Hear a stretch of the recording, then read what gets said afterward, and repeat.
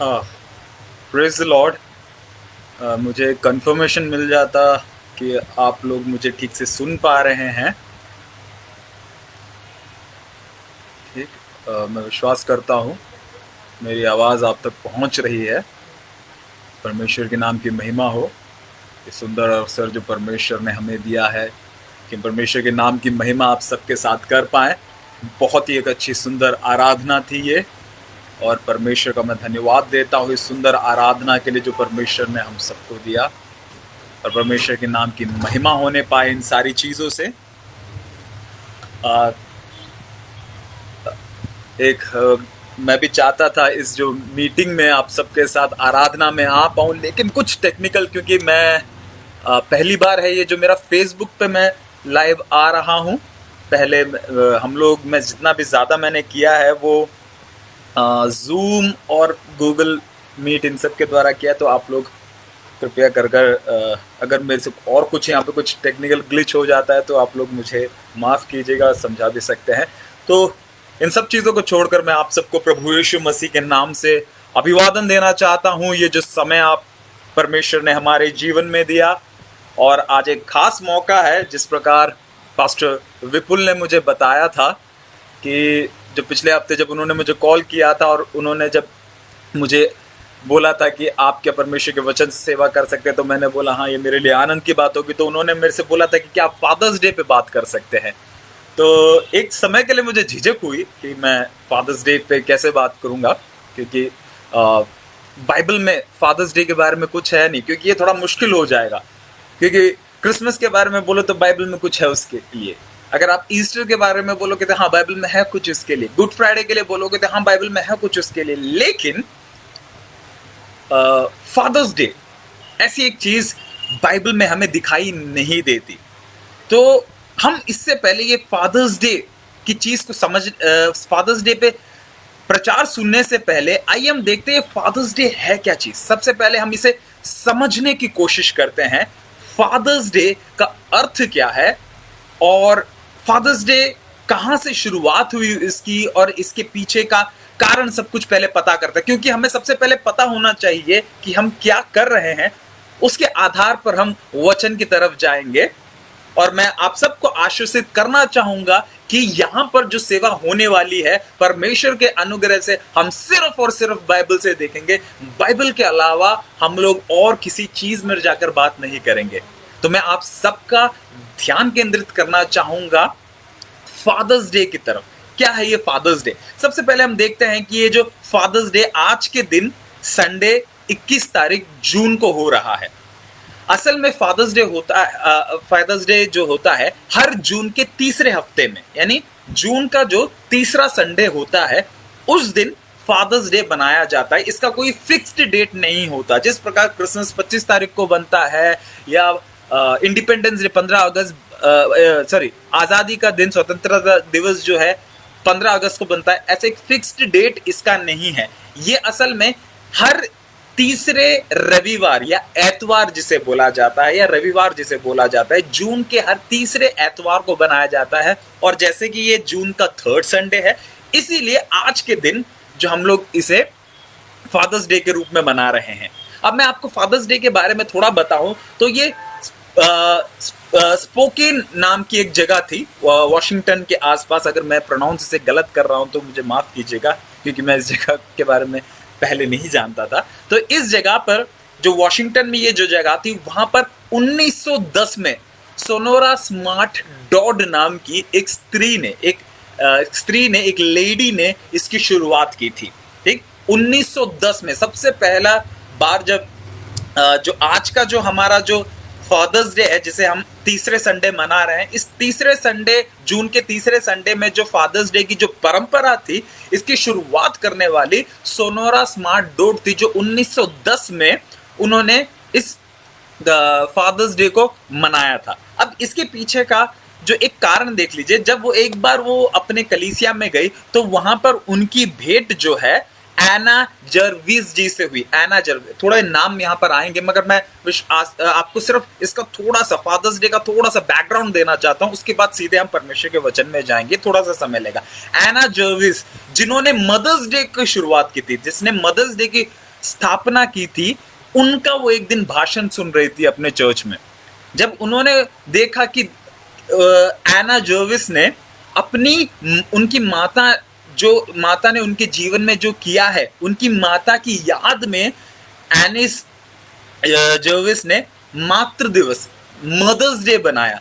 तब ये हमारी जो सोनोरा स्मार्ट डोड है, इनके जो पिता थे, जिनका नाम था विलियम जैक्सन स्मार्ट सोनोरा डोड के पिताजी थे। वो जो थे 6 बच्चों के एकलौते पिता थे, इनकी माता नहीं थी। तो इनके पिताजी ने इन सारे बच्चों को अकेले पाला था। तो इसलिए सोनोरा स्मार्ट डोड का अपने पिता की तरफ एक अलग लगाव था।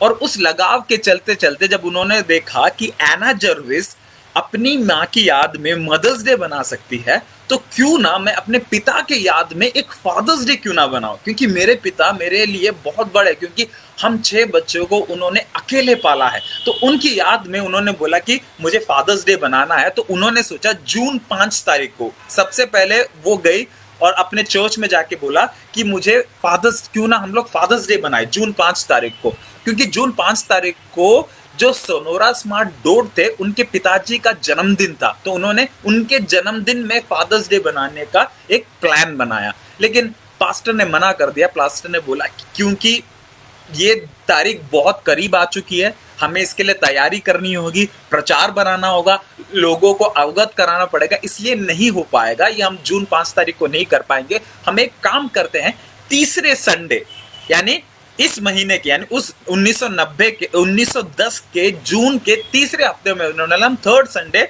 हमारा कोई प्रोग्राम नहीं है तो हम एक काम करते, थर्ड संडे को हम लोग फादर्स डे बनाते हैं। तो वहां से इस फादर्स डे की शुरुआत हुई। लेकिन अगर देखा जाए तो फादर्स डे 1910 को थर्ड संडे में पहली बार फादर्स डे नहीं मनाया गया था। उससे अगर फादर्स डे का अगर आपको इतिहास जानना है तो उससे भी पहले भी 1907 में भी फादर्स डे मनाया गया था, लेकिन ये खुशी में नहीं, थोड़े दुख में मनाया गया था। असल में एक बहन थी जिनका नाम था grace golden Clayton.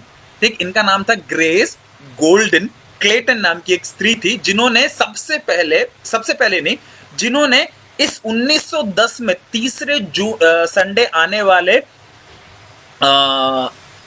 Fathers day से भी पहले ग्रेस गोल्डन क्लेटन ने दिसंबर 6 को 1907 में, ठीक 1907 में इन्होंने फादर्स डे मनाया। ये फादर्स डे क्यों मनाया गया? क्योंकि वहां पे वर्जीनिया में वहां पर एक खान थी, ठीक, एक खान में विस्फोट हुआ।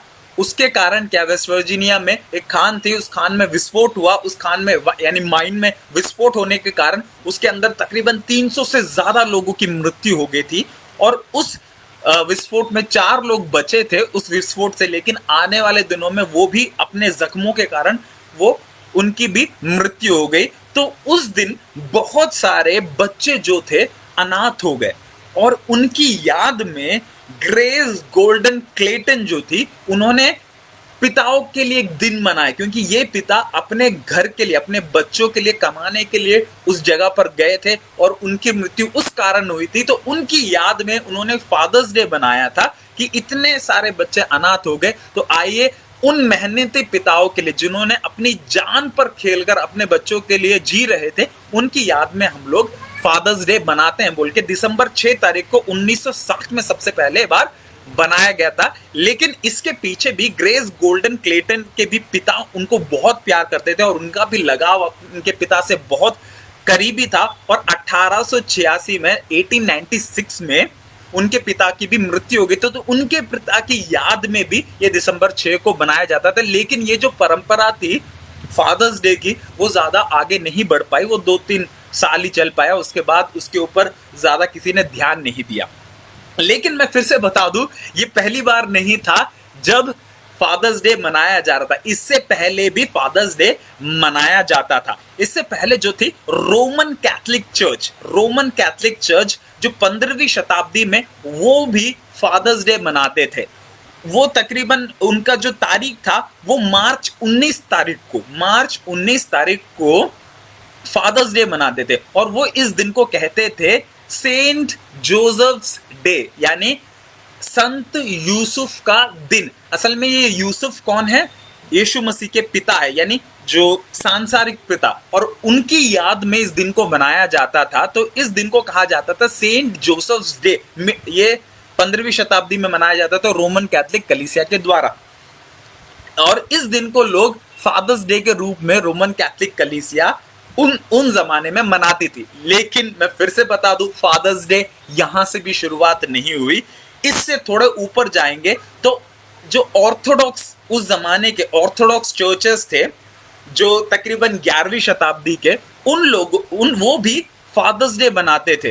वो फादर्स डे मनाते थे दिसंबर 11 से लेके दिसंबर 17 के बीच में, इन तारीखों के बीच में वो जो थे फादर्स डे मनाते थे। इनका पीछे का उद्देश्य क्या था? ये क्यों मनाते थे? ये लोग बाइबल के अंदर कितने भी हमारे पूर्व पिता है आदम से लेकर अब तक, यानी अब्राहम, मूसा, ये जितने भी पूर्व पिताओं के बारे में बात की गई है, उनकी याद में, ठीक, वो कौन थे, वो क्या थे, उनकी याद में वो भी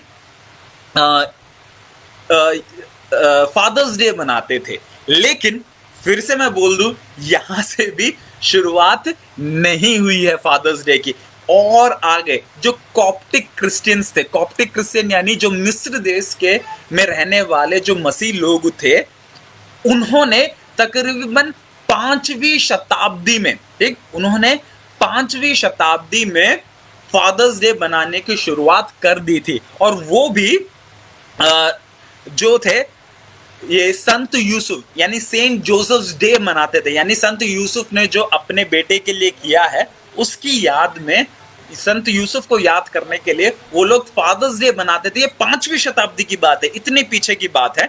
और वो लोग जो मनाते थे जुलाई 20 को मनाते थे। अब उससे आगे का मुझे नहीं पता कि उससे पहले भी कोई फादर्स डे मनाता है या नहीं मनाता था। हम लोग इस बैकग्राउंड को यहाँ पर अभी छोड़ देते हैं। मैं आपको एक अंडरस्टैंडिंग दे रहा था कि क्यों ये फादर्स डे मनाया जाता है, इसके पीछे का इतिहास क्या है। जो सबसे लंबी जो परंपरा चली है फादर्स डे को बनाने की, वो अभी जो फिलहाल जो हम लोग मना रहे हैं वो वाली परंपरा है, जो 1910 से, बीच में ये 1-2 साल के लिए रुक गया था, लेकिन फिर से सोनोरा डोड ने इसे फिर से जीवित किया और सारे लोग उस जमाने से फादर्स डे की परंपरा चला रहे हैं। लेकिन हम देख सकते हैं कि कलीसिया भी फादर्स डे मनाती थी और सबके पीछे एक अलग अलग कारण था फादर्स डे मनाने का। सबके पीछे सबका जो मुख्य कारण था फादर्स डे मनाने का, वो ये था कि सबको क्या लगता था, अगर हम बाइबल, कलीसिया को छोड़ दे थोड़ी देर के लिए, हम लोग कलीसिया क्यों फादर्स डे बना रही थी उसे छोड़कर जो आज जो हम फादर्स डे बना रहे हैं, आज के जो फादर्स डे के बारे में मैं बात करना चाहूंगा। सारे लोग क्या समझते थे, जिन लोगों ने भी फादर्स डे बनाया और जो आज भी जो फादर्स डे बना रहे हैं, उनको ये लगता है कि उनके जो पिता है, उनके जो फादर है, वो बहुत ही आइडियल फादर है, यानी आदर्श पिता है। देख, सोनोरा डोड को भी क्या लगता था कि उनके पिता एक आदर्श पिता है, उन्होंने दूसरी शादी ना कर उनके 6 बच्चों को अकेले पाला, ठीक। और उसी के साथ साथ जैसे मैंने गोल्डन क्लेटन की बात कही थी, ग्रेस गोल्डन क्लेटन, उनकी बात में भी देखिए, उनको भी क्या लगता था, उनके पिता जो है बहुत ही एक आदर्श पिता थे, इसीलिए उन्होंने उनकी याद में फादर्स डे बनाया। तो आज जो फादर्स डे बनाया जा रहा है, वो आदर्श पिताओं की याद में मनाया जा रहा है। हर पिताओं के नहीं, हर पिता फादर्स डे के लायक नहीं है, ये मैं पहले बता दूं आप लोगों को। हर पिता फादर्स डे के लायक नहीं है। फादर्स डे के लायक वही पिता हो सकता है जो आदर्श हो, क्योंकि इसकी नींव ही रखी गई थी जिन लोगों ने फादर्स डे बनाने के लिए जो शुरुआत की थी, चाहे वो चर्च के हो, चाहे वो चर्च के बाहर के लोग हो, चाहे आज की परंपरा हो, चाहे तब की परंपरा हो, उन सब के पीछे का कारण एक ही था, वो आदर्श पिताओं की याद में मना रहे थे। आदर्श पिता कौन होता है? जो दूसरों के लिए एक नमूना हो, ताकि दूसरे लोग भी उसका अनुक्रमण कर पाए। तो आज मैं बाइबल से, अब आपको इसका बैकग्राउंड पता चल गया होगा कि फादर्स डे क्यों मनाते हैं, क्योंकि बहुत सारे लोग बोलते हैं ये बाइबल में नहीं है तो हमें नहीं बनाना चाहिए, ये बाइबल में नहीं है और इसका मतलब क्या है, ऐसे करना जरूरी है, नहीं करना जरूरी है, ये आपके ऊपर है। फादर्स डे का आप मनाइए, उसमें कोई गलती है नहीं, ना मनाइए उसमें भी कोई बात नहीं, ये आपके ऊपर की चीज है, लेकिन इसमें कोई गलत नहीं है। ये हम देख सकते हैं, ये एक आदर्श पिताओं की याद में किया जाता है। तो मैं जब मुझसे बोला गया कि इसके ऊपर आपको थोड़ा सा परमेश्वर के वचन से सेवा करनी है, तो मैं सोच रहा था कि मैं क्या करूं, मैं कहां से आदर्श पिता के बारे में बात करूं। तो बाइबल में बहुत सारे उदाहरण है कि आदर्श पिता कौन होता है, कैसा होता है, उसके चाल चलन कैसे होते हैं। बाइबल में बहुत उदाहरण है, बहुत सारे पिताओं के बारे में हम देख सकते हैं। अब्राहम एक पिता है, और उसके अलावा अब पौलुस के बारे में देखते हैं, पौलुस आदर्श पिताओं के बारे में बात करता है।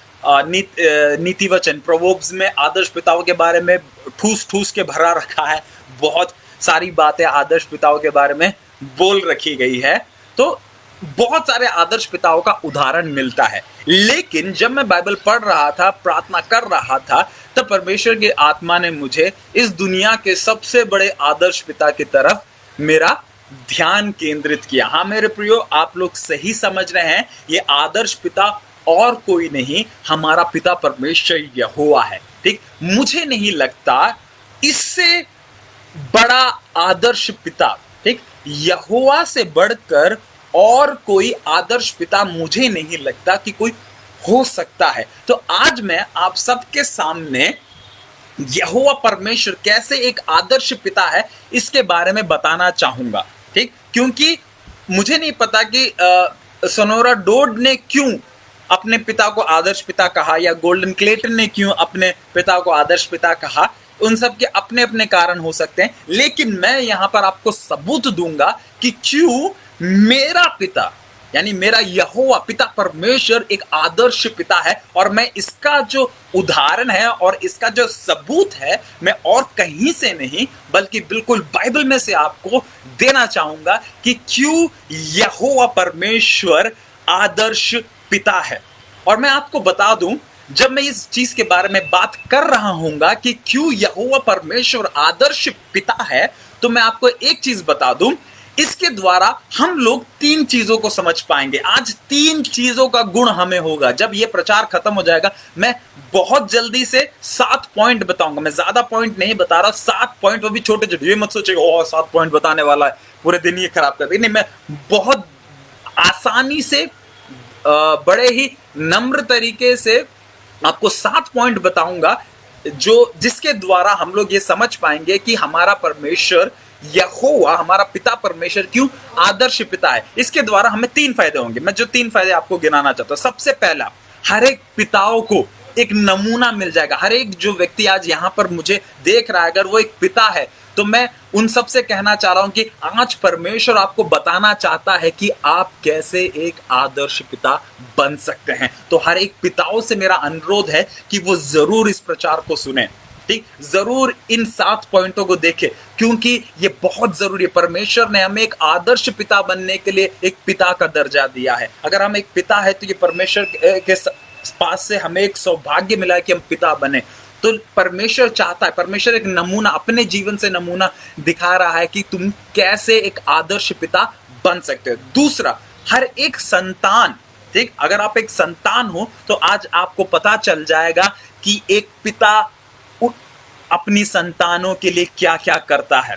ठीक, बहुत सारे लोगों से अगर पूछा जाए कि आप अपने पिता से क्यों प्रेम करते हो, तो उनके पास उन्हें पता है प्रेम करते हैं, लेकिन बोलने के लिए उनके पास शब्द नहीं होते, क्योंकि उन्हें नहीं पता कि किस प्रकार मेरे पिता एक आदर्श पिता है, या मेरे पिता मेरे लिए क्या करते हैं। तो आज हर एक संतान को मैं इस वचन के द्वारा परमेश्वर बताना चाहते हैं कि क्यों तुम्हें अपने पिताओं की इज्जत करनी है, क्यों तुम्हारे पिता इज्जत के लायक है। तो सबसे पहला हर एक पिताओं के लिए है कि कैसे आप एक आदर्श पिता बन सकते हो। परमेश्वर की योजना आपके पिता होने के लिए क्या है, परमेश्वर की योजना आपके लिए क्या है एक पिता होने की, ये। और दूसरा, हर एक संतानों के लिए है कि ये जान ले कि एक पिता आपके लिए क्या करता है।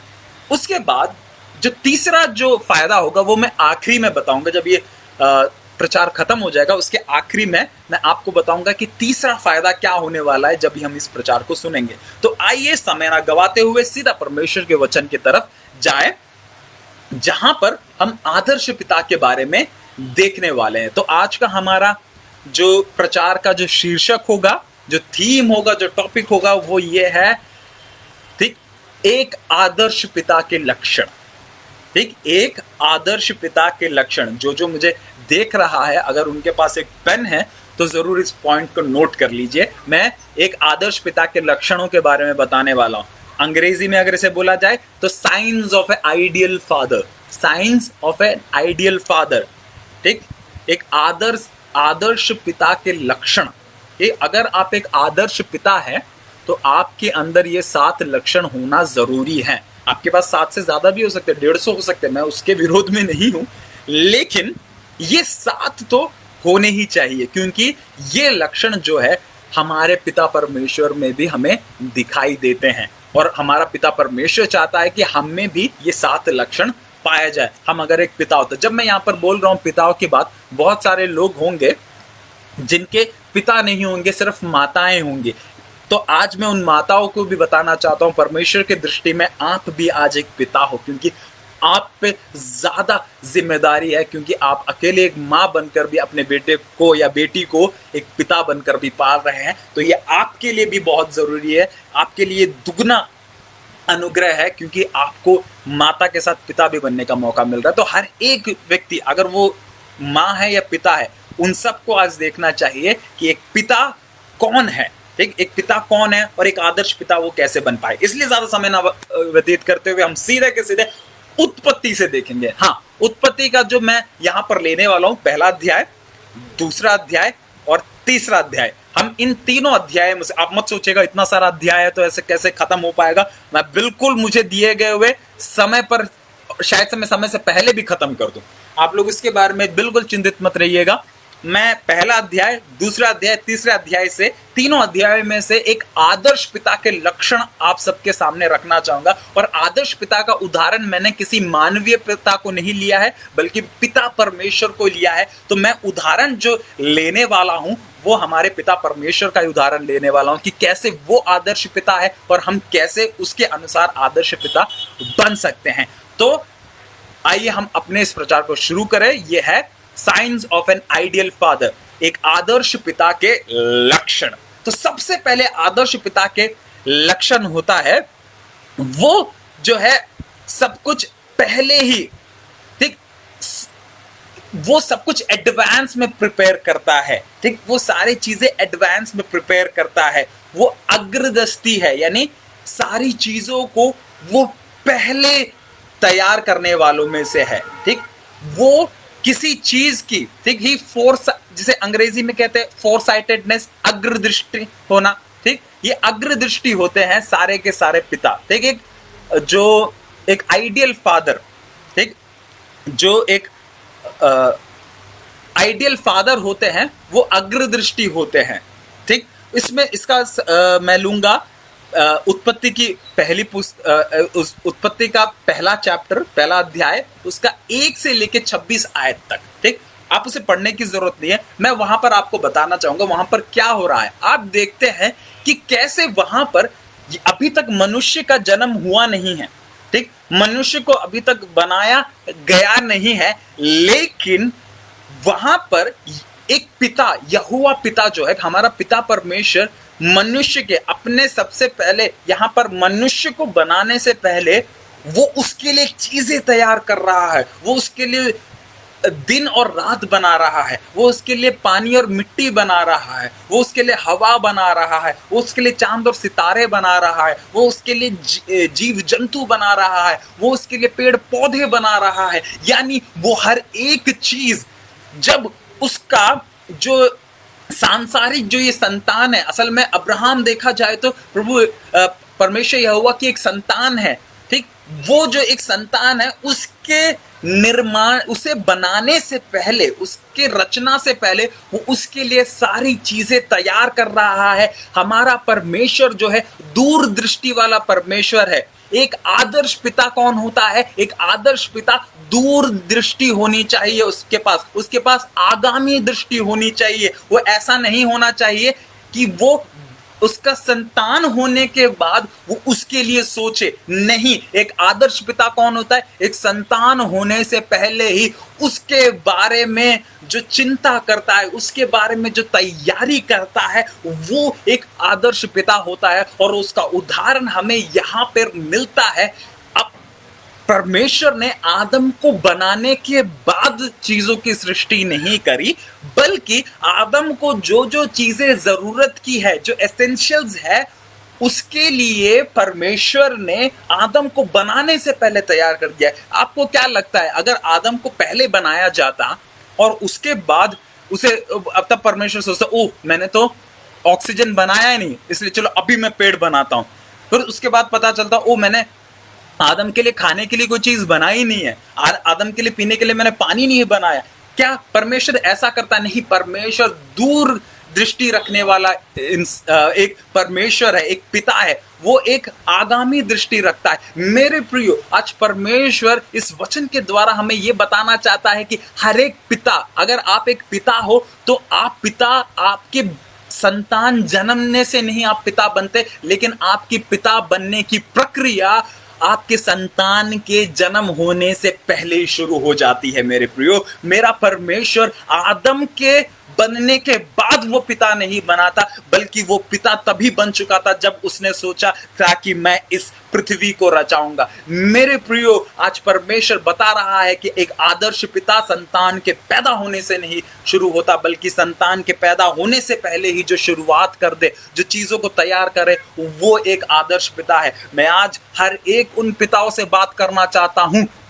देखिए, अगर आज आप एक पिता है तो आपके संतानों के लिए आज आपको पहले से ही उनके लिए कार्यों को शुरू कर देना चाहिए। उनकी ज़रूरतों के लिए आज से ही प्लान करना शुरू कर दीजिए। उनकी ज़रूरतों को आज से ही तैयार करना शुरू कर दीजिए। ऐसा ना हो कि आपकी संतान आपके सामने हो और उस समय आपको परेशानियों को उठाना पड़ जाए। एक आदर्श पिता कभी भी अपने बच्चों के बारे में उनके पैदा होने के बाद नहीं सोचता, बल्कि उनके पैदा होने से पहले सोचता है। यानी उनकी ज़रूरतें आने के बाद नहीं सोचता, उनकी ज़रूरतों से पहले सोचने वाला परमेश्वर है हमारा परमेश्वर। तो एक आदर्श पिता कौन होता है? जिसकी दूर दृष्टि होती है, आगामी दृष्टि होती है, जो फॉर साइटेड होता है। मेरे प्रियो, आज परमेश्वर आपसे बता रहा है, अगर आप एक दूर दृष्टि रखने वाले पर एक पिता है तो आपको घबराने की जरूरत नहीं है। आप एक आदर्श पिता के लक्षण में।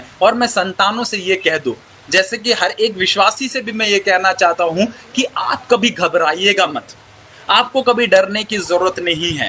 ठीक, हमारे पैदा होने से पहले ही परमेश्वर ने जो जो चीजें हमें जरूरत की है उसने पहले ही हमारे लिए तैयार करके रख दी है।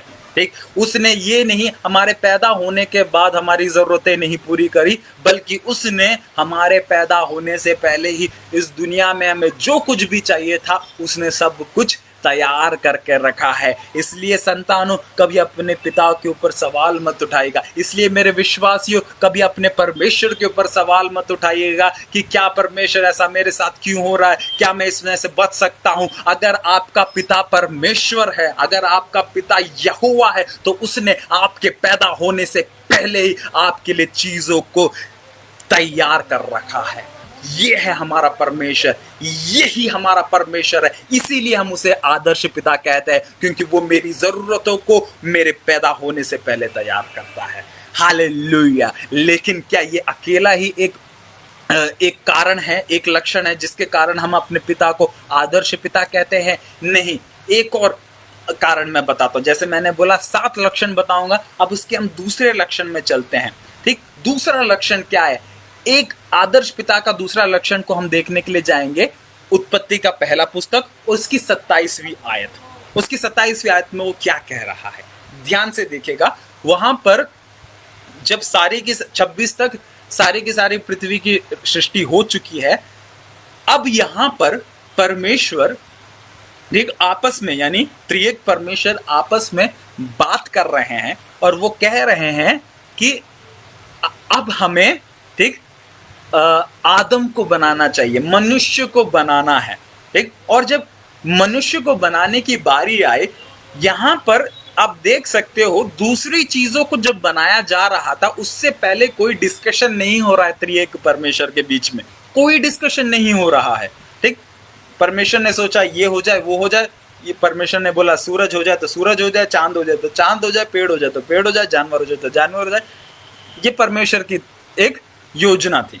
इस प्रकार हुआ। लेकिन यहां पर देखिएगा, लेकिन मनुष्य को बनाने से यानी अपनी संतान को बनाने से पहले पिता परमेश्वर ने आपस में डिस्कस किया, और डिस्कस करने से के बाद वहां पर क्या निष्कर्ष निकला, आइए हम उसे अपने स्वरूप में बनाएं।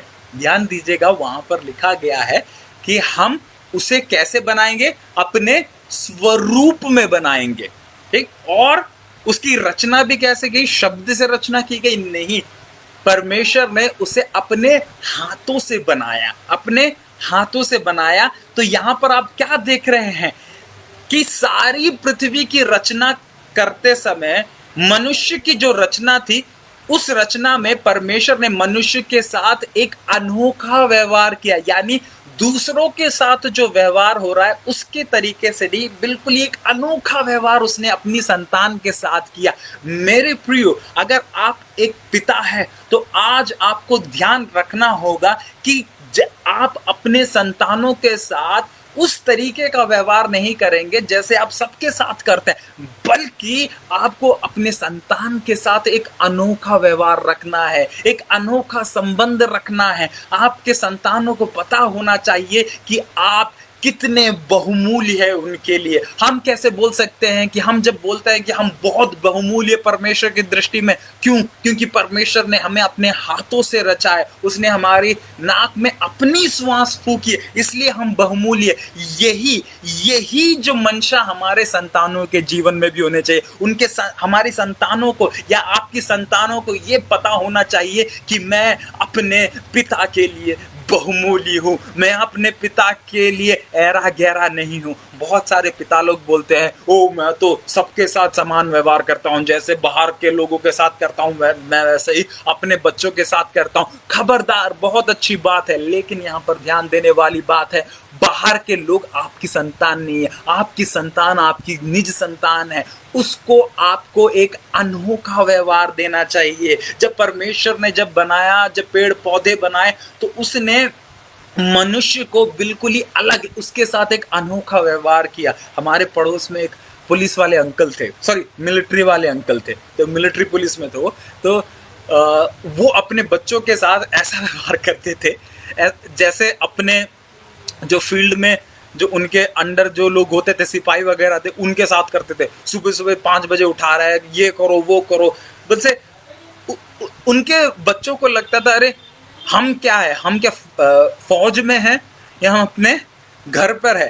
ठीक, दोनों के बीच में उनको एक क्या है, समझ में नहीं आता कि हम संतान हैं या अपने पिता के सिपाही हैं। ठीक, पिता की मंशा बहुत अच्छी है, वो चाहते हैं कि उनके बच्चे डिसिप्लिन्ड बने, लेकिन ठीक वो अनोखा व्यवहार नहीं है, क्योंकि वैसा ही व्यवहार, जो व्यवहार वो अपने घर में सुबह 4:30 बजे उठा के उनके एक्सरसाइज करा के दौड़ा के बैठा के मार पीट के समझाने वाला तरीका, वो सेम तरीका वो क्या करते हैं, किसके साथ करते हैं, सिपाहियों के साथ। तो ये बच्चे अपने आप को अपने पिता की संतान ना कहकर अपने पिता के, वो कहते हैं कि हम अपने पिता के सिपाही है, तो वो अपने पिता को कमांडर कहते थे अपने पिता को कमांडर आ गया, पापा नहीं है, वो आपस में मजाक में क्या बोलते थे कि कमांडर आ गए, कमांडर आ गए। तो आप देखिए यहाँ पर जो चीज मैं बोलने की कोशिश कर रहा हूँ वो ये है कि अगर आपकी संतान आपका ही हिस्सा है, उसके अंदर आपका ही अंश है, आपको उस अंश को एक अनोखा व्यवहार देना पड़ेगा, उसके साथ एक अलग संबंध रखना पड़ेगा, ताकि आपकी संतान को महसूस हो कि मैं अपने पिता के लिए अलग हूँ। आपकी संतान को ये समझ आने पाए कि मेरा पिता मुझे दूसरों से ज्यादा प्रेम करता है। तभी एक संतान जो है अपने पिता से भी उतना ही प्रेम करेगा, कि वो देखेगा क्योंकि मेरा पिता मुझसे इतना अनोखा प्रेम करता है, तो मैं भी अपने पिता से अनोखा प्रेम करता हूं। आज के जमाने में हम देख सकते हैं कि संतानों का पिताओं के साथ अच्छा संबंध नहीं है, और लेकिन उनका संबंध दूसरे बाहर के लोगों के साथ ज्यादा अच्छा है। क्यों? क्योंकि बाहर के लोग उनके साथ एक अनोखा व्यवहार करते हैं, एक अलग सा स्पेशल व्यवहार करते हैं, लेकिन पिता यहाँ पर चूक जाते हैं। पिता घर पर कमांडर बनने की कोशिश करते हैं, वो सोचते हैं कि ये सारे लोग मेरे अधीन रहे, और उनको डांट फटकार कर, और जैसे बाहर के लोगों के साथ व्यवहार करते हैं, वो ऐसे अपने बच्चों के साथ भी, संतानों के साथ भी व्यवहार करने की कोशिश करते हैं। इसीलिए मैं आप सबको बताना चाहता हूं, यहोवा परमेश्वर, हमारा पिता परमेश्वर ऐसा नहीं था। जब उसने अपनी जो सांसारिक सबसे पहले जो संतान जो यहाँ पर उसने सृष्टि की, उस संतान को उसके साथ उसने एक अनोखा व्यवहार किया, एक स्पेशल व्यवहार किया, जिसके कारण आज तक हम कहते हैं कि हम अपने परमेश्वर के अनोखे हैं। परमेश्वर ने हमसे ज्यादा, इस पेड़ से ज्यादा प्रेम नहीं किया, इस दीवार से ज्यादा प्रेम नहीं किया, या इस लैपटॉप से ज्यादा प्रेम नहीं किया, या इस दुनिया के और किसी से नहीं। हमारा पिता हमसे ज्यादा प्रेम करता है। इसका उदाहरण हमें कहां से मिलता है? क्योंकि जब उसने संसार की सृष्टि करी तो उसने सबको वचन से किया, लेकिन मुझे अपनी श्वास से किया। आमीन। तो यही एक आदर्श पिता होने का लक्षण है, वो अपने पिताओं के साथ अनोखा व्यवहार करता है। तो सबसे पहला, एक आदर्श पिता कैसा होता है? एक आदर्श पिता दूरदृष्टि रखता है। अपने बच्चों से पैदा होने से पहले, यानी अपने बच्चों के लिए वो सारी चीजें पहले से ही तैयार करता है। वो उसके लिए पहले ही सोच कर रखता है कि मेरे संतान जब इस दुनिया में आएगा, या वो 10 साल का होगा, या 12 साल का होगा, या 13 साल 30 साल का होगा, या किसी भी साल का होगा, तब उसे क्या क्या जरूरत आ सकती है, वो उसकी तैयारी पहले करता है। दूसरा, वो उसके साथ अनोखा व्यवहार करता है, संसार से अलग वो दिखाता है कि मैं तुमसे एक अनोखा प्रेम करता हूं। तीसरा जो एक लक्षण है एक आदर्श पिता के, वो होता है वो उसे अधिकार देता है। यानी अधिकार देना भी एक महत्वपूर्ण एक पिता के, आदर्श पिता के लक्षण है। इसके लिए हम लोग जाएंगे उत्पत्ति की पत्री, उसके जो पहला अध्याय, उसकी 28वीं आयत में। तो आपको पढ़ने की जरूरत नहीं है, मैंने ये कोटेशंस दे दिया, अब देखते रहिएगा। ठीक, यहां पर देखिएगा, यहां पर लिखा हुआ है अधिकार देना।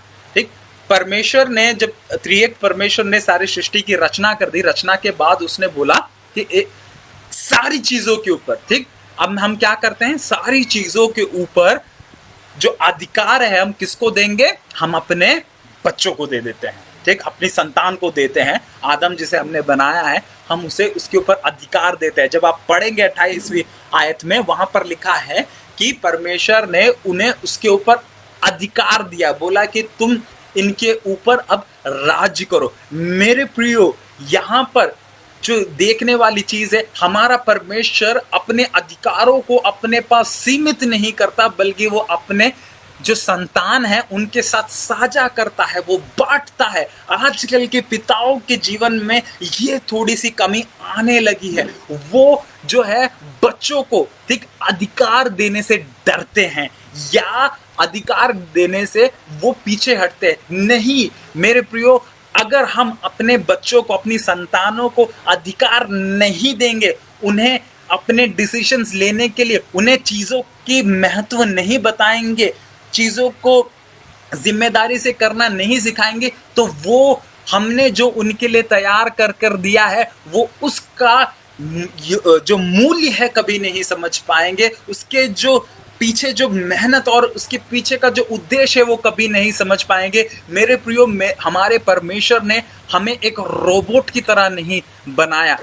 हमारे परमेश्वर ने हमें किसी एक गुलाम की तरह नहीं बनाया, उसने अपनी संतान के रूप में बनाया। इसीलिए जो कुछ भी उसने सृष्टि करी इस पृथ्वी पर, जो कुछ भी, क्या लिखा हुआ है, सारी सृष्टि के ऊपर, सारी सृष्टि के ऊपर उसने अधिकार दिया। मेरे प्रियो, आप भी अगर आप एक आदर्श पिता बनना चाहते हो, तो अपनी संतान को अधिकार देने से, यानी उनके ऊपर जिम्मेदारी देने से, अधिकार देने से झिझकिए ना। अगर परमेश्वर ने अभी हमें अधिकार नहीं दिया होता इस सृष्टि के ऊपर, तो शायद से आज हम प्लेन में भी नहीं उड़ पाते। बाकी सारी चीजों को तो हम अपने वश में कर सकते हैं। क्या प्लेन को कभी वश में कर सकते, हवा को कभी वश में कर सकते थे? ग्रेविटी को, गुरुत्वाकर्षण को नहीं कर सकते थे। पर ये सब कुछ मनुष्य के साइंटिफिक विज्ञान की बढ़ोतरी दी है, बल्कि हमारे परमेश्वर की उस दिन जो परमेश्वर ने हमें अधिकार दिया था, कहा था कि मैं तुम्हें सारे चीज के ऊपर अधिकार देता हूं। तो वो इसी का, इसके पीछे भी आज जब अगर हम प्लेनों में उड़ रहे हैं, तो उसके पीछे भी वही अधिकार था। अगर वो अधिकार हमें नहीं मिलता, तो शायद से कभी हम प्लेन पे ना उड़ते, ना कभी हम बोट पे चल पाते, ना और कोई चीज हम कर पाते, क्योंकि हमारे पास कोई अधिकार नहीं है। अधिकार से बच्चे बिगड़ते नहीं हैं, अधिकार से बच्चे बढ़ते हैं। ये चीज हमें ध्यान रखनी चाहिए। तो एक आदर्श पिता कैसा होता है? एक आदर्श पिता वो होता है जो अपने बच्चों को अधिकार देता है। लेकिन अब आप बोलोगे हम अगर अधिकार दे देंगे तो वो हमसे बलवा करेंगे और वो शायद से हमसे अलग हो जाएंगे। इसके लिए आप जब देखेंगे कि दूसरे अध्याय, उत्पत्ति के दूसरे अध्याय, उसकी 15वीं आयत में क्या लिखा गया है कि इनका अधिकार कैसा था? इनका अधिकार जिम्मेदारी वाला अधिकार था। उनसे बोला गया था कि तुम देखभाल करो, स्टुअर्ड बनो, भंडारी बनो, यानी वो इसके मालिक नहीं थे। ध्यान दीजिएगा, जब परमेश्वर ने आदम को अधिकार दिया, इसका मतलब ये नहीं बोला कि ये सारी की सारी चीजों के ऊपर तुम मालिक हो। मालिक नहीं, एक जिम्मेदार, एक चौकीदार बनाकर, जैसे हमारे मोदी जी कहते हैं कि हम चौकीदार हैं, इसी प्रकार परमेश्वर ने हमें एक चौकीदार बनाकर रखा है। इसी प्रकार, क्यों चौकीदार का मैं यहाँ पे अर्थ समझाना चाहता हूँ, स्टुअर्ड, भंडारीपन का। ये आप इसके मालिक नहीं हो, लेकिन आपका इसके ऊपर अधिकार है, क्योंकि यहाँ पर हम जो चाहे वैसे नहीं, यानी परमेश्वर, अभी जैसे कि उदाहरण, थोड़े लोग बोलते हैं अगर हम अपने पैसे के ऊपर अपने बच्चों का अधिकार देते तो वो पैसा बर्बाद कर सकते हैं। तो वहां पर आप उस पैसे के ऊपर मालिक बना रहे हो, इसलिए बच्चा बर्बाद करेगा। लेकिन उस पैसे के ऊपर उसे भंडारी बनाओ। भंडारी का मतलब उसकी जिम्मेदारी है, ठीक। जब परमेश्वर ने इस पृथ्वी को दिया मनुष्य के हाथ में, तो मनुष्य के हाथ में ये नहीं बोल के दिया कि ये तुम्हारी जमीन है, तुम जो मर्जी अब इसके साथ कर सकते हो। नहीं, बोला कि ये तुम्हारी जिम्मेदारी है, इसे तुम्हें संभालना है। इसी प्रकार हम जब अधिकार दे तो उन्हें पूर्ण अधिकार नहीं बल्कि जिम्मेदारी वाला अधिकार दे। एक होता मालिकाना अधिकार, मालिकाना अधिकार नहीं देना है अपनी संतानों को, बल्कि जिम्मेदारी वाला अधिकार देना है। और उस जिम्मेदारी वाले अधिकार से हम लोग कभी चूक ना जाए। तो तीसरी चीज, तीसरा लक्षण क्या था? अधिकार देना। आज शुरुआत के लिए छोटी छोटी चीजों के ऊपर उन्हें अधिकार दे, घर के छोटे छोटे कामों के ऊपर उन्हें अधिकार दे, उन्हें जिम्मेदार बनाने की कोशिश करे, क्योंकि जब वो जिम्मेदार बनेंगे तभी उनके जीवन में आगे बढ़ोतरी हो पाएगी। अगर वो जिम्मेदार नहीं बने तो वो कभी अपने जीवन में बढ़ नहीं पाएंगे। तो एक आदर्श पिता कौन होता है? जो अपने बच्चों को अपनी चीजों के ऊपर अधिकार देता है, ठीक। अधिकार कौन सा? जिम्मेदारी वाला अधिकार, मालिकाना अधिकार नहीं देना है, क्योंकि आपके बच्चे अभी तक उस परिपक्वता में आए नहीं होंगे कि आप उन्हें मालिकाना अधिकार दे दो। मालिकाना अधिकार देने का समय आएगा, लेकिन तब तक उन्हें जिम्मेदारी वाला अधिकार दीजिए, ठीक। ये तीसरा एक जो एक आदर्श पिता के लक्षण है। अब हम धीरे से, अब जल्दी से चौथी में, समय टाइम देख लो एक बार। ओके फाइन, टाइम है, ठीक। हम समय से पहले ही चल रहे हैं, मैं जल्दी खत्म कर दूंगा, ठीक। चौथा, ठीक, चौथा जो है, ये शब्द बहुत ही आजकल बहुत कॉमन हो चुका है। ये जो शब्द है अभी, जो अगला लक्षण जो एक आदर्श पिता का होता है वो है, वो अपनी संतानों को आत्मनिर्भर बनाता है, ठीक। अपनी संतानों को आत्मनिर्भर बनाता है। तो एक आदर्श पिता का लक्षण क्या होता है? वो अपने संतानों को आत्मनिर्भर बनाता है। इसके लिए हम देखेंगे कि उत्पत्ति का दूसरा अध्याय, हम दूसरे अध्याय में आ चुके हैं। दूसरा अध्याय उसकी 15वीं आयत में, ठीक, उसकी 15वीं आयत में आप देखेंगे कि आत्मनिर्भर बना रहा है। वहां पर क्या लिखा हुआ है कि उससे कहा गया, ठीक, आदम को आदम की वाटिका बनाकर दे दी और उसे बोला कि सारे यहाँ पर सब कुछ तुम्हारा है, ये नदी तुम्हारी, ये पेड़ तुम्हारे, ये जानवर तुम्हारे, जो कर रहे करो। और उसके बाद वहां पर क्या बोला? उसे वहां पर, ठीक, बोला गया कि तुम कल्टीवेट करो, यानी अब यहाँ पर तुम्हारी बारी क्या आगे, तुम इसके अंदर काम करने के लिए, ठीक। आदम को वहां पर काम, कल्टीवेट करने के लिए, काम करने के लिए रखा गया था उस वाटिका में। वहां पर यह नहीं बोला गया, आप देख सकते हैं वहां पर उसे आत्मनिर्भर बनाया जा रहा है। मेरे प्रियो, हमारा परमेश्वर हमें, ठीक, आत्मनिर्भर बनाने वाला परमेश्वर है। उसने ये नहीं किया कि देखो बेटा तुम्हें कोई चिंता करने की जरूरत नहीं है, ये पेड़ सब कुछ मैंने तुम्हारे लिए लगा दिया है, ये फसल सब कुछ मैंने तुम्हारे लिए लगा दी है, ये दाल सब्जी जो कुछ भी है सब तुम्हारी है, जब मर्जी तब खा लेना।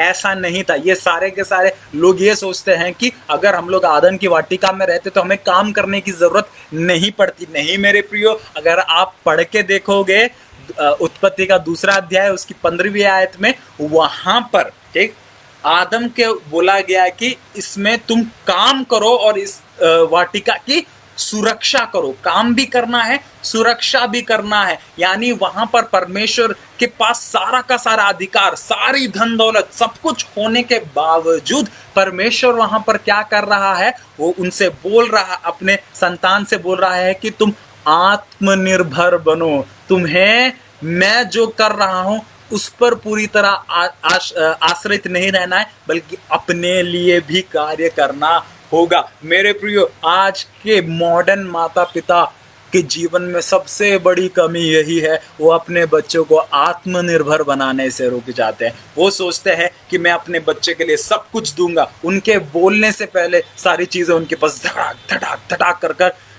पहुंच जाती है। वो मांगने से पहले उनको कोई काम करने के लिए नहीं दिया जाता, उनको कुछ करने के लिए नहीं बोला जाता, उनको बैठे बैठे ही सारी चीज़ें मिल रही है। यानी आजकल के जो मॉडर्न माता पिता के मॉडर्न बच्चे हैं, वो एक आदन की वाटिका से भी बेहतरीन जगह पर आ चुके हैं, क्योंकि आदन की वाटिका में सब कुछ उन्हें फ्री में नहीं मिल रहा था। उनके लिए, उसके लिए उन्हें काम और उस जगह की देखभाल करनी पड़ती थी। परमेश्वर नहीं चाहता था कि वो बैठे बैठे आलसियों की तरह खाए।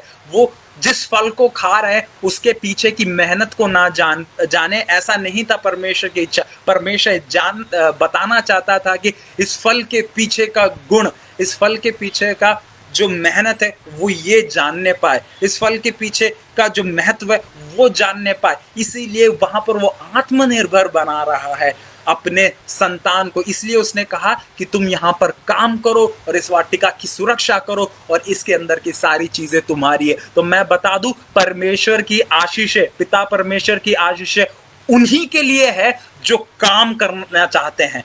जो व्यक्ति काम नहीं करता उसके लिए परमेश्वर की आशीषें नहीं है। बहुत सारे लोग सोचते हैं कि मैं कुछ करूंगा नहीं, बैठे बैठे ही परमेश्वर मुझे खिला दे। तो मैं बता दूं, ये परमेश्वर की इच्छा नहीं है। परमेश्वर की इच्छा यही है कि आप आत्मनिर्भर बने। परमेश्वर ने आपको एक वाटिका में रख रखा है, लेकिन उसका मतलब ये नहीं है कि वहां पे आपको काम नहीं करना पड़ेगा। मेरे परमेश्वर की इच्छा यही है, मेरे पिता की इच्छा यही है कि मैं वहां पर काम कर कर, अपने हाथों से काम कर कर खाऊं, ताकि मुझे उस फल का असली स्वाद पता चले। बोलते हैं ना, पानी, अगर मैं अभी आपको 2-3 ग्लास पानी पिला दूं, आप बोलेंगे यार कितना पानी पिलाएगा, लेकिन आप अगर प्यासे होकर पानी पिएंगे तो उसका जो मजा कुछ अलग ही होगा। इसी प्रकार हमारा परमेश्वर हमें आत्मनिर्भर बना रहा था, वो हमें बैठे बैठे खिलाना नहीं चाहता था। तो हर एक पिता के लिए चेतावनी है, हर एक पिता के लिए चेतावनी है कि अपने बच्चों को आत्मनिर्भर बनाएं, उनको सारी चीजें उनके बोलने से पहले उनके हाथ में ना रख दे। बहुत सारे लोग बोलते हैं कि मेरा बच्चा कुछ चीज मांगने से पहले मैं उसे दे देता हूँ। थोड़े लोग बोलते हैं मेरे बेटे के पास कोई कमी नहीं है, वो अगले 100 साल तक बैठ के खाएगा। ठीक। और बहुत सारे लोग सोचते हैं कि मैं इतना काम करना चाहता हूँ कि मेरे आने वाली 10 पीढ़ी बैठ के खाए। तो मैं बता दूं, वो एक आदर्श पिता के लक्षण नहीं है, वो एक व्यर्थ पिता के लक्षण है। एक आदर्श पिता के लक्षण क्या होता है? वो अपने बच्चों को आत्मनिर्भर बनाता है, वो अपने बच्चों को काम करना सिखाता है, वो काम करने के मौके उन्हें देता है, उसे जो जिम्मेदारी सिखाता है। तो जिम्मेदार जो सिखाने वाला पिता ही एक आदर्श पिता बन सकता है, उसके अलावा कोई भी एक आदर्श पिता नहीं बन सकता। तो आइए हम आगे बढ़ते हैं, अगले लक्षण की तरफ जाते हैं। ठीक, यहां तक अभी हमने देखा कि परमेश्वर कैसे हमें आत्मनिर्भर बनाता है, यानी चीजों के ऊपर हमें अधिकार दे दिया है। ठीक, सारी, यानी हम स्टार्टिंग से जरा देखें तो सब कुछ बहुत अच्छा हो रहा है। ठीक, हमारा परमेश्वर आदर्श पिता होने के लक्षण उसमें सब कुछ है। सबसे पहले चीज़ों को मिलने से, हमारे पैदा होने से पहले ही हमारी सारी ज़रूरतों को उसने ध्यान में रखकर चीज़ों को बनाया। दूसरा, हमारे साथ अनोखा व्यवहार किया। तीसरा जो है वो हमें, उसने अपनी चीज़ों के ऊपर हमें अधिकार दिया। चौथा, वो हमें आत्मनिर्भर बनाना चाहता है, यानी हमें काम कर कर और चीज़ों के ऊपर जिम्मेदारी देकर हमें आगे बढ़ाना चाहता है। पांचवी चीज़ जो यहाँ पर हम देख सकते हैं, जब परमेश्वर ये सारी चीजें दे रहा है, एक आदर्श पिता होने के कारण ये चीज ज्यादा संतानों को पसंद नहीं आती। संतान सोचती है कि बाकी सब तो ठीक है, ये नहीं होना चाहिए। यानी ये जो चीज है, वो जो संतानों को बहुत खटकती है वो ये है कायदे कानून। ठीक, कायदे कानून देना, लॉज, यानी एक आदर्श पिता अपने संतानों को कायदे कानून देता है, उनके लिए रूल्स सेट करता है। जो पिता अपने संतानों के लिए कायदे कानून सेट नहीं करता वो एक आदर्श पिता कहने के योग्य नहीं है। इसका उदाहरण मैं क्रॉस रेफरेंसेस इसलिए नहीं ले रहा ताकि समय ज़्यादा हो जाएगा। आप नीति वचन में, प्रोवर्ब्स में जाएंगे तो बहुत सारे उदाहरण बताए गए हैं वहाँ पर कैसे एक अच्छा पिता हो सकता है। एक अच्छा पिता वही होता है जो अपने संतानों को कायदे कानून में चलाता है, कायदे कानून सिखाता है। ठीक, कायदे कानून बहुत महत्वपूर्ण होते हैं। यहाँ पर हम देख सकते हैं जब परमेश्वर ने आदन की वाटिका में आदम और हव्वा को रखा तो वहाँ पर आदम से क्या कहा गया कि देखो, ठीक, देखो तुम इस सारे के सारे वाटिका के हर एक फल को खा सकते हो, ठीक, लेकिन वो जो बीच में जो दो वृक्ष है उन दोनों में से तुम नहीं खा सकते, उन दोनों में से खाने का अधिकार तुम्हारा नहीं है, तुम नहीं खाना। तो कायदे कानून रखे गए थे। मेरे प्रिय संतानों, अगर आप मुझे सुन रहे हो तो मैं आपको बता दूं, अगर परमेश्वर, अगर आपका पिता आपके लिए कोई कायदे कानून रख रहा है तो वो आपके नुकसान के लिए, आपकी हानि के लिए नहीं, आपके लाभ के लिए है। वो आज हम सब लोग समझ चुके हैं। मेरे पिता परमेश्वर यहोवा ने जब हमारे लिए कायदे कानून रखे थे वो हमारी हानि के लिए नहीं रखे थे बल्कि हमारे लाभ के लिए रखे थे। लेकिन उस दिन हम नहीं समझ पाए और हम सब ने वो आज्ञाकारिता आदम और हव्वा के रूप में तोड़ा और उस अनाज्ञाकारी को, उस कानून को तोड़ने के कारण, उस अनाज्ञाकारिता को अपने जीवन में लाने के कारण आज ये जितना भी दुख हम सह रहे हैं वो उस दिन कायदे कानूनों को ना मानने के कारण हुआ। और अगर आज भी संतानों, अगर आप लोगों के जीवन में कुछ भी गलत हो रहा है, आप लोग कहीं पे भी गलत जा रहे हो, उसका कारण एक ही है, आपके माता पिताओं ने या आपके पिताओं ने, क्योंकि आज पिता का दिन है, तो आज के पिता ने जो आपके लिए जो कायदे कानून रख रखे थे आप उनको तोड़कर आगे बढ़ रहे हो। मैं बता दूं, अगर आपके पिता के द्वारा बनाए गए जो कायदे कानून जो आपके भलाई के लिए बनाए गए थे, अगर आप उसे तोड़ोगे तो आपके जीवन में समस्या ही आएंगी, भलाई कभी नहीं आ सकती। इसलिए एक अच्छा आदर्श पिता अगर आपको बनना है तो मेरे प्रियो अपने बच्चों के लिए कायदे कानून रखिए। आजकल हम देखते हैं जो बच्चे हैं कायदे कानून में चलते ही नहीं है क्योंकि पिता कायदे कानून बनाने में इच्छुक है ही नहीं। उन्हें मसीह कायदे कानून नहीं बताते, घर के कायदे कानून नहीं बताते। जब गलती हो जाती है तो उन्हें मारते हैं, पीटते हैं और उन्हें कोसते हैं। और ज़्यादातर पिता क्या करते हैं, माताओं को कोसते हैं, बोलते हैं कि तुमने इसे नहीं पाला। नहीं पिताओं, ये तुम्हारा काम है, ये तुम्हारा काम है, उसके लिए कायदे कानून सेट करिए। क्योंकि एक आदर्श पिता कैसे होता है, वो अपने बच्चों को बिगड़ने नहीं देना चाहता, वो अपने बच्चों को अपने हाथों से दूर नहीं जाने देना चाहता, वो शैतान की चाल में गिराना नहीं चाहता, इसलिए वो कायदे कानूनों को सेट करता है। मेरे परमेश्वर ने भी अपनी संतान के लिए कायदे कानून सेट करे थे क्योंकि वो एक आदर्श पिता था, लेकिन उसकी संतान आदर्श संतान नहीं बन पाई। इसी प्रकार आज हर एक पिता को आदर्श पिता बनना है और हर एक संतान को आदर्श संतान बनकर उस उत्तरदायित्व को पूरा करना है। जल्दी से समय जा रहा है, अगले लक्षण की तरफ चलते हैं। ठीक, ये छठा लक्षण है।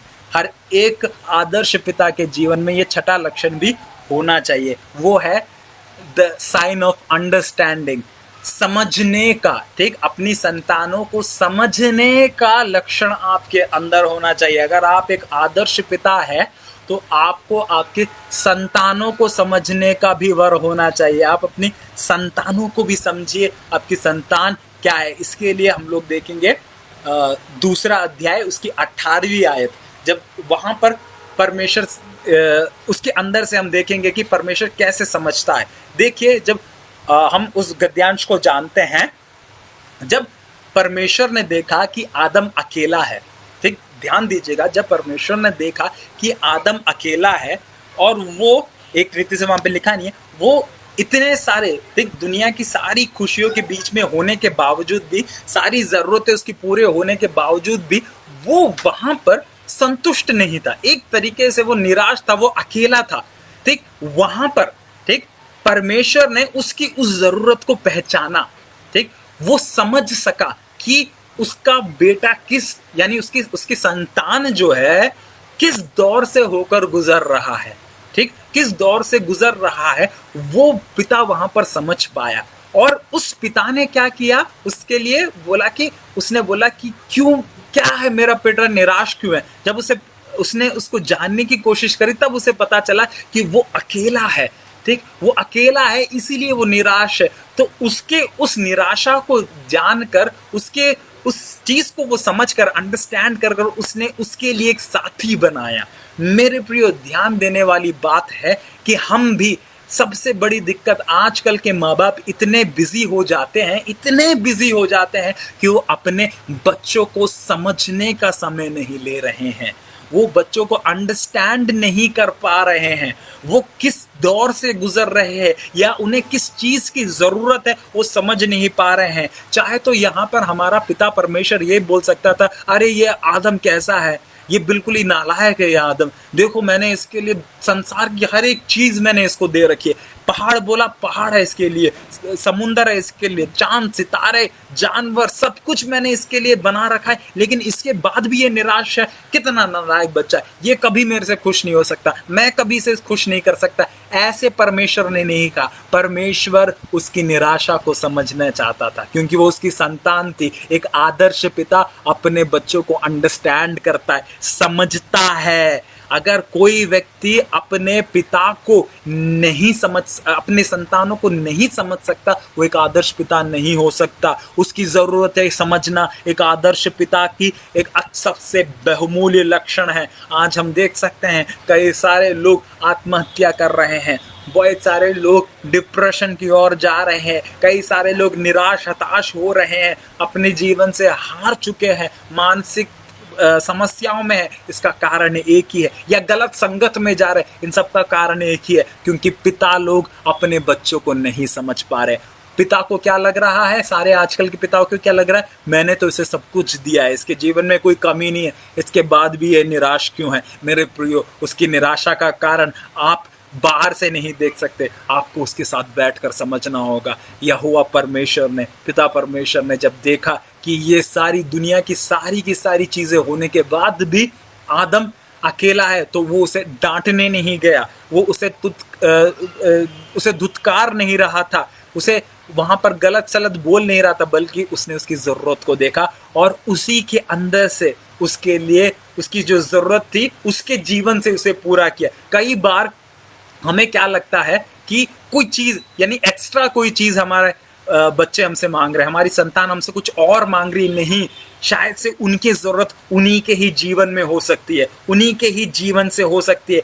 इसीलिए मेरे प्रियो, अपने बच्चों के साथ बैठना शुरू कर दीजिए, उनको समय देना शुरू कर दीजिए, उन्हें समझने की कोशिश करिए। अगर वो किसी चीज से परेशान है, अगर वो संतुष्ट नहीं है, अगर वो किसी भी चीज से संतुष्ट नहीं है, तो हर एक पिता से मैं आज कहता हूं, ये बहुत गंभीर समय है। अब अपने बेटे के साथ या बेटी के साथ बैठिए, अपनी संतान के साथ बैठिए और उनसे पूछिए कि उन्हें क्या जरूरत है। शायद से उन्हें बाहर के संसार की कोई चीज की जरूरत नहीं, शायद से उनकी जो जरूरत है वो आंतरिक हो सकती है, उनके जीवन की हो सकती है। तो उनके आंतरिक और उनके जीवन की जो जरूरत है वो कैसे पूरी होगी, जब आप उनके साथ बैठकर उनकी जरूरतों को समझने की कोशिश करोगे और उसका हल उनके जीवन से ही निकाल कर दोगे। यहाँ पर जब आदम निराश था, तो उसकी जरूरत को पूरा करने के लिए परमेश्वर स्वर्ग से या कोई और नए मिट्टी का पुतला बनाकर नहीं पूरा किया, बल्कि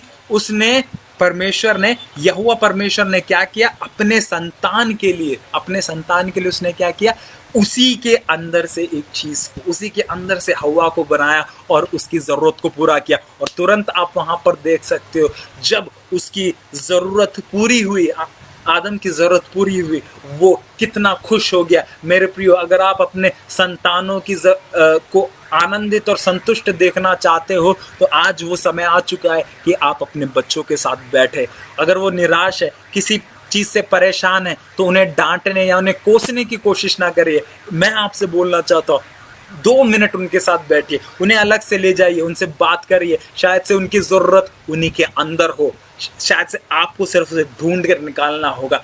ये एक आदर्श पिता का लक्षण होता है। मैं जल्दी से जो आखिरी जो लक्षण है उसकी तरफ आना चाहूँगा। जिस प्रकार मैंने बोला, मैं समय से पहले ख़त्म करना चाहूँगा।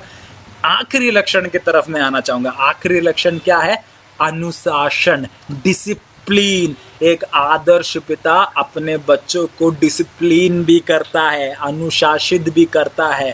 ठीक, उत्पत्ति 3 अध्याय उसकी 15वीं आयत जब आप देख सकते हैं, ठीक, उसके पिता परमेश्वर के संतानों ने, आदम और हव्वा ने जब परमेश्वर की बात को नहीं माना, अनाज्ञाकारी हो गए, जो उनके कायदे कानून को तोड़ दिया, तो क्या हुआ? परमेश्वर ने बोला चलो मैं माफ करता हूँ, कोई नहीं, कोई दिक्कत नहीं, मेरा बच्चा ही है। ठीक, ऐसे बोला नहीं मेरे प्रियो।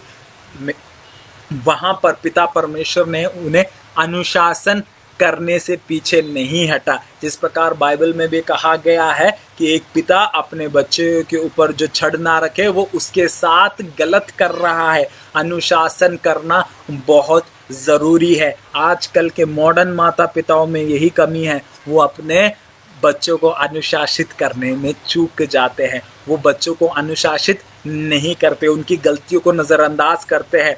और ज़्यादातर मैं इसके लिए माताओं को भी ज़्यादा दोष देना चाहूँगा। पिता अनुशासित करने जाते हैं तो माताएं आके बीच में उनके ढाल बन जाते हैं। क्यों बच्चों को ऐसे बोल रहे हो, क्यों ऐसे कर रहा है, वो बच्चा ही तो है, ये है वो है बोलकर वो बीच में आ जाती है। मैं उन माताओं से बोल रहा हूँ जो माताएं ऐसे कर रही है, वो अपने बच्चों के साथ बुरा कर रही है। पिता को अनुशासित करने का मौका दीजिए, क्योंकि अनुशासन जो है वो हमारे पिता परमेश्वर ने भी अपने संतानों के साथ किया था। क्योंकि एक अनुशासन के द्वारा ही वो जान पाएंगे कि उनके जीवन का महत्व क्या है, उनके जीवन का उद्देश्य क्या है। उनके जीवन का उद्देश्य इस पृथ्वी पर गर्मी और ये दुख सहना नहीं था। उनके जीवन परमेश्वर ने स्वर्ग जैसा बनाने के लिए किया था, आदन की वाटिका का बनाया था। लेकिन ठीक, वहाँ पर क्या हुआ? वहाँ पर एक गलती उन्होंने वहाँ पर कर दी, वो जो जाकर उन्होंने कायदे कानूनों को तोड़ दिया। कायदे कानूनों को तोड़ने के कारण वो उस सौभाग्य को खो चुके थे। अगर आज आप अपने बच्चों को अनुशासित नहीं करोगे, जो सौभाग्य आपने और जो परमेश्वर ने उनके जीवन में रखा है, वो कायदे कानून तोड़। जैसे कि मैं एक उदाहरण देता हूँ, आपने कायदे कानून बना रखा है कि आप, जैसे उदाहरण के लिए, एक आप अगर शादी करेंगे तो एक विश्वासी लड़कों के लिए, मैं अभी लड़कों का उदाहरण, ये लड़का लड़की दोनों के लिए उदाहरण हो सकता है। अगर आपके बेटा है और आपने एक कायदा रखा हुआ है कि आप सिर्फ एक विश्वासी लड़की के साथ ही शादी करोगे, अगर वो उस कायदे को तोड़ दे, अगर वो उस कायदे को तोड़ दे और वो पिता उसे अनुशासित ना करे, ठीक, और जब वो अविश्वासी लड़की घर में आएगी तो आपको क्या लग रहा है? वो अविश्वासी लड़की आपके घर के मसीह विश्वास को बनाए रख सकेगी? नहीं बना रख सकेगी। और उसके कारण क्या होगा?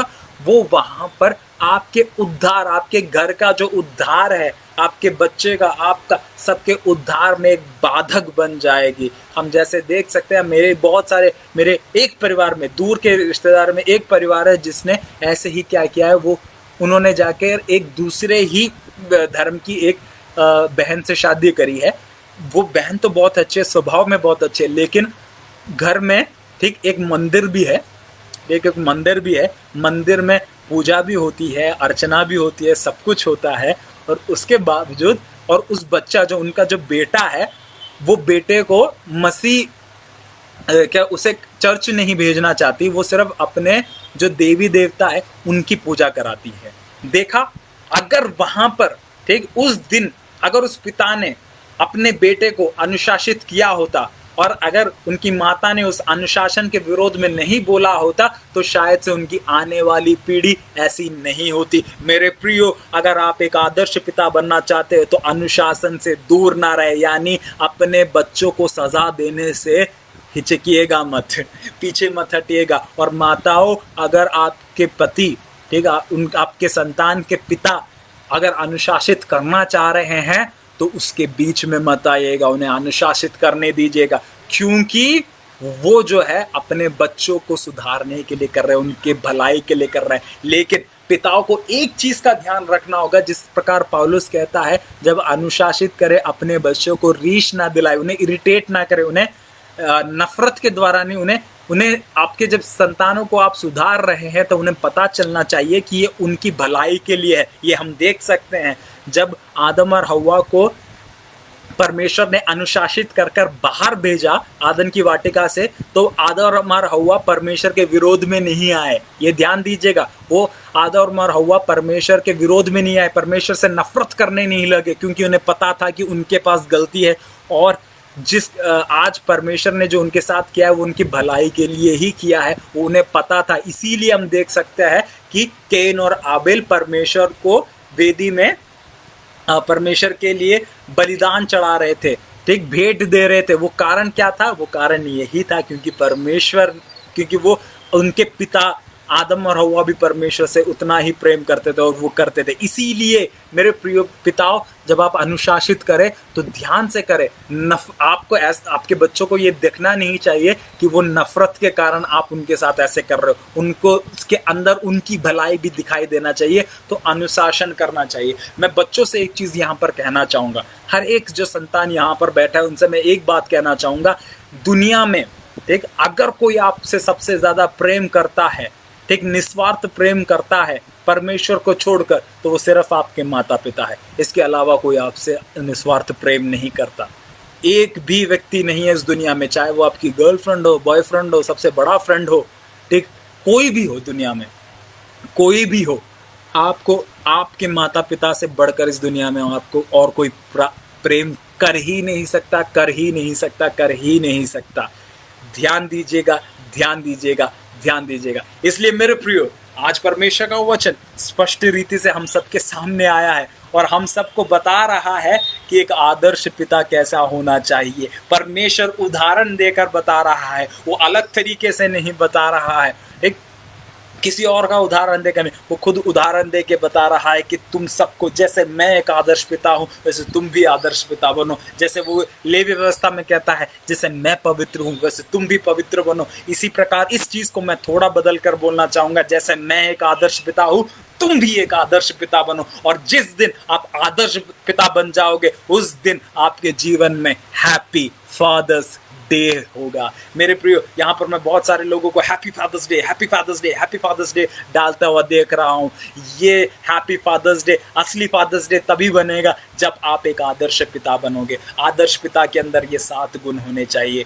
वो दूरदृष्टि रखने वाला होना चाहिए, यानी अपने बच्चों के लिए वो पहले से ही चीज़ों को तैयार करने वाला होना चाहिए। अपने बच्चों के साथ अनोखा व्यवहार करने वाला होना चाहिए। अपने बच्चों को अधिकार देने वाला होना चाहिए। अपने बच्चों को आत्मनिर्भर बनाने वाला होना चाहिए। अपने बच्चों को कायदे कानून में रखने वाला होना चाहिए। अपने बच्चों को समझने वाला होना चाहिए, अंडरस्टैंड करने वाला होना चाहिए। और अपने बच्चों को अनुशासित करने से पीछे नहीं हटने वाला होना चाहिए। तो ये 7 पॉइंट जो है आप अपने मन में पूरी तरह गांठ बांध लीजिए, पूरी तरह गांठ बांध लीजिए कि एक आदर्श पिता कौन होता है और आदर्श पिता होने के लक्षण क्या है। तो मेरे प्रियो, अगर आज परमेश्वर का वचन आप सबके सामने स्पष्ट रीति से आए, अगर आप आज एक पिता है, अगर आप एक पिता है, तो आज आपसे परमेश्वर कह रहा है आदर्श पिता बनने के लिए तुम्हें मैंने बुलाया है। आदर्श पिता बनो ताकि सारे संसार तुम्हें देखकर मुझे समझने पाए कि मैं कौन हूँ। परमेश्वर आप सबको इन वचनों से आशीषित करे। और अब मैं संतानों से कुछ बातें करना चाहता हूँ। संतानों, आपने देखा होगा ये 7 पॉइंट आपके पिता लोग आपके लिए ये सब कुछ करते हैं, ठीक, ठीक, आपके पैदा होने से पहले ही वो आपके बारे में सोचते हैं। आपके साथ वो एक अनोखा व्यवहार करते हैं। आपके साथ वो आपको अधिकार देते हैं, ठीक, आपको आत्मनिर्भर बनाते हैं, ठीक, आपको कायदे कानून, आप नाश ना हो जाए इसलिए कायदे कानून बनाकर देते हैं। आपको समझने की कोशिश करते हैं ताकि आपके जीवन आप कभी निराश ना हो।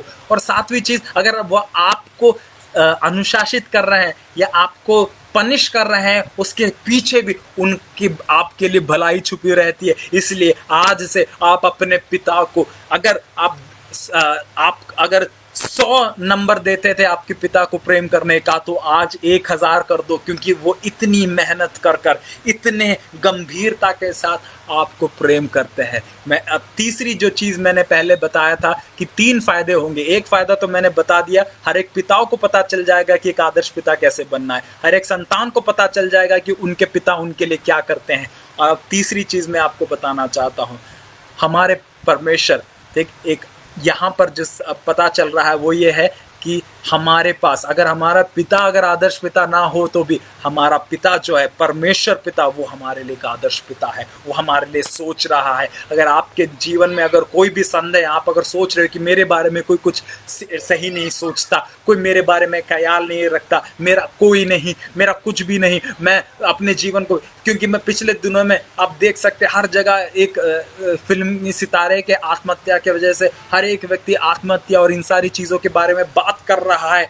तो मैं आज बता दूं, अगर कोई निराश है तो उनसे मैं बता दूं, हमारा पिता हमारा आदर्श पिता है। अगर हमारे पास अगर एक आदर्श पिता है तो हमें जिंदगी में कभी भी निराश होने की जरूरत नहीं पड़ती, क्योंकि जिसका पिता आदर्श पिता है उसके जीवन में कभी निराशा नहीं हो सकती। मेरे प्रिय पिताओं, आदर्श पिता बनो ताकि आपके संतानों के जीवन में कभी निराशा ना आए। इसी प्रकार जो लोग आज निराश हैं उनसे मैं बोलना चाहता हूँ, निराश मत होइए। हमारा पिता आदर्श पिता है, उसने हमारे उत्पत्ति से पहले, हमें बनाने से पहले उसने हमारी सारी ज़रूरतों को पूरा कर दिया। वो हर दिन हमारे साथ बैठकर हमारी समस्याओं को समझने की कोशिश करता है। सबसे बड़ी दुविधा ये है कि हमें नहीं पता, हम अपने पिता को एक आदर्श पिता के रूप में नहीं देखते, हम अपने पिता को भगवान के रूप में देखना ज़्यादा पसंद करते हैं, पिता के रूप में देखना पसंद नहीं करना चाहते। लेकिन आज मैं बता दूं, हमारा यहोवा पिता हमें अपने आप को भगवान के रूप में हमें नहीं दिखाना चाहता,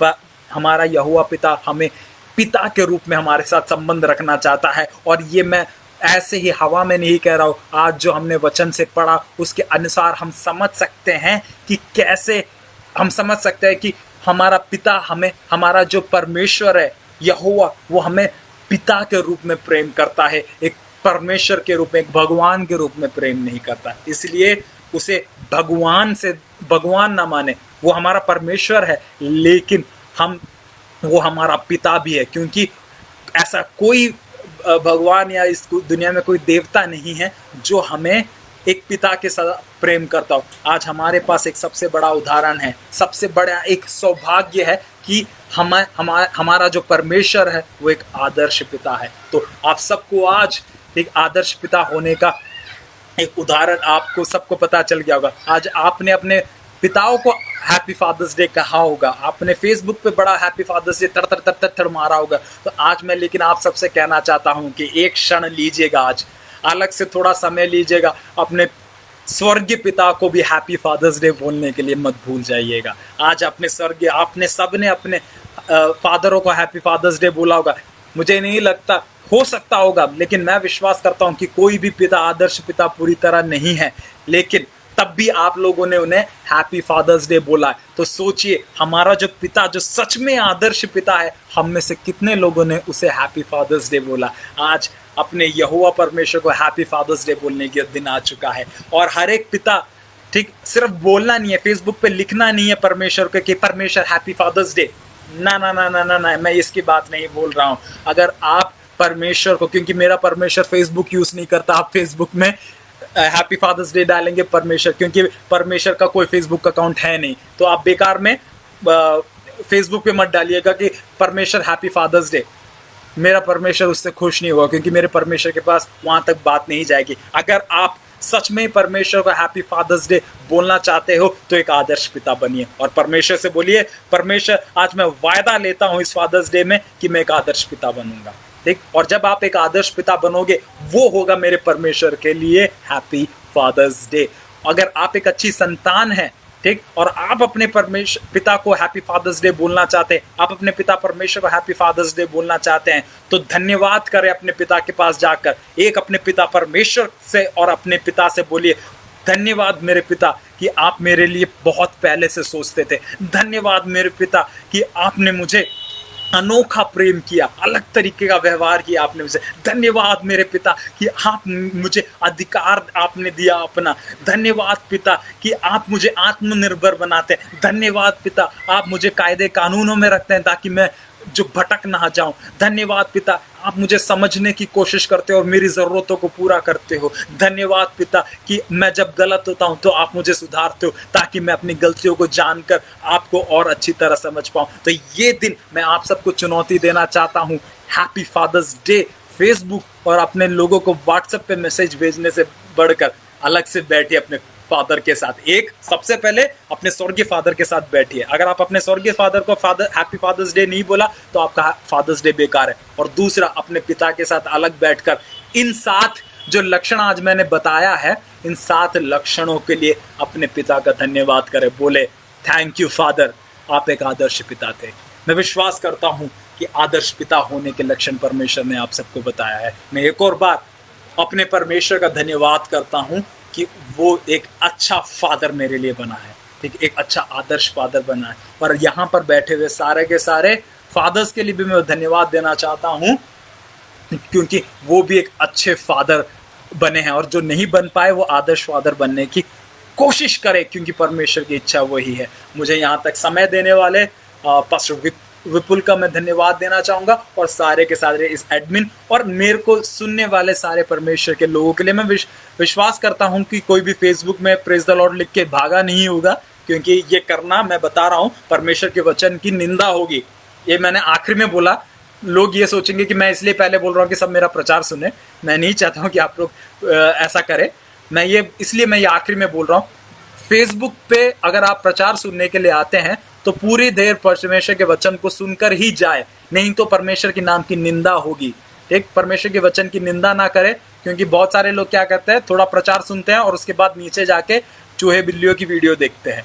ऐसा बिल्कुल भी आप ना करें। मैं आप सबको बता रहा हूँ ये परमेश्वर के वचन की निंदा होगी। हैप्पी फादर्स डे यहाँ पे लिख रहे होंगे लेकिन वहां जाकर कुत्ते बिल्लियों का वीडियो देख रहे होंगे। ऐसा ना करें। मैं आप सबको ये बताना चाहता हूँ कि अगर आप परमेश्वर के वचन सुनने के लिए आए हैं, ये परमेश्वर की सेवा है, अति पवित्र सेवा है। इस अति पवित्र सेवा को विश्वास योग्यता से जो कोई भी यहाँ पर प्रेज द लॉर्ड, मैं विश्वास करता ऐसा कोई नहीं है। अगर कोई है जो प्रेज द लॉर्ड लिख कर भाग रहा है, मैं उन सबको चेतावनी देना चाह रहा हूं, ये परमेश्वर ये सारी चीजें देख रहा है। आप ऐसी गलती कभी ना करिएगा। अगर आप प्रचार सुनने के लिए आए हैं तो पूरा प्रचार सुनकर ही जाइएगा। परमेश्वर आप सबको आशीष दे। और मैं एक और बार कलीसिया, ब्रदर एंड कलीसिया और बाकी सारी कलीसिया का जिन लोगों ने मुझे अवसर दिया, धन्यवाद देता हूं। परमेश्वर आप सबको बहुत आयत रीति से आशीष करे। मैं इसके द्वारा मैं इस लाइव को बंद कर रहा हूं। आप लोग के लिए प्रार्थना कर कर ये बंद करना चाहूंगा। महान जीवित अनुग्रहकारी सामर्थ्य दयालु पिता परमेश्वर, धन्यवाद देते हैं इस फादर्स डे के लिए। पिता परमेश्वर दुनिया ने जब ये फादर्स डे बनाया तो पिता परमेश्वर उन्होंने अपने सांसारिक पिताओं को एक आदर्श पिता मानकर फादर्स डे बनाया। लेकिन पिता परमेश्वर आज जब हम फादर्स डे बनाने के लिए आए पिता परमेश्वर, तो इस दुनिया के सबसे बड़े, सबसे इससे ज्यादा कोई आदर्श पिता हो नहीं सकता। उस आदर्श पिता के लिए हम लोग आज, उस आइडियल फादर के लिए हम फादर्स डे मनाने के लिए आए और वो और कोई नहीं पिता, आप खुद हो पिता परमेश्वर। आपसे बढ़कर आदर्श पिता और कोई हो नहीं सकता। अगर आज हमारे जीवन में अगर एक फादर्स डे का विश है तो वो सिर्फ हम आपको देना चाहते हैं पिता परमेश्वर। Happy father's day. उससे बढ़कर thank you for being our father. धन्यवाद आप हमारे पिता बने पिता परमेश्वर। पिता हम सबकी यही प्रार्थना है कि हम सबको भी एक आदर्श पिता बना, हमें आपके तरह बना कि हमारी संतान भी पिता परमेश्वर आपके नाम की महिमा करने पाए। और हर एक संतान आज ये कह रही है धन्यवाद हो, हमें आपने एक अच्छे आदर्श पिता को दिया। उसके साथ ही साथ हम धन्यवाद देना चाहते हैं आपके नाम की महिमा के लिए। आप हमें इस्तेमाल कर रहे हैं पिता परमेश्वर। फादर्स डे तभी आज कंप्लीट होगा जब हम आपके साथ एक वाचा बांध ले कि हम आपको और अपने पिता को और हम अपने आप को भी एक आदर्श पिता मानेंगे और बनेंगे। धन्यवाद हो हर एक चीजों के लिए। आपने हमारी प्रार्थना बिंदी सब सुनी, धन्यवाद करते हैं। एक और बार इस प्रार्थना को पिता, पुत्र और पवित्र आत्मा के नाम से आशीषित करते हुए ये प्रार्थना अपने उद्धारकर्ता प्रभु यीशु मसीह के नाम से मांगते हैं, आमीन। आप सबका धन्यवाद।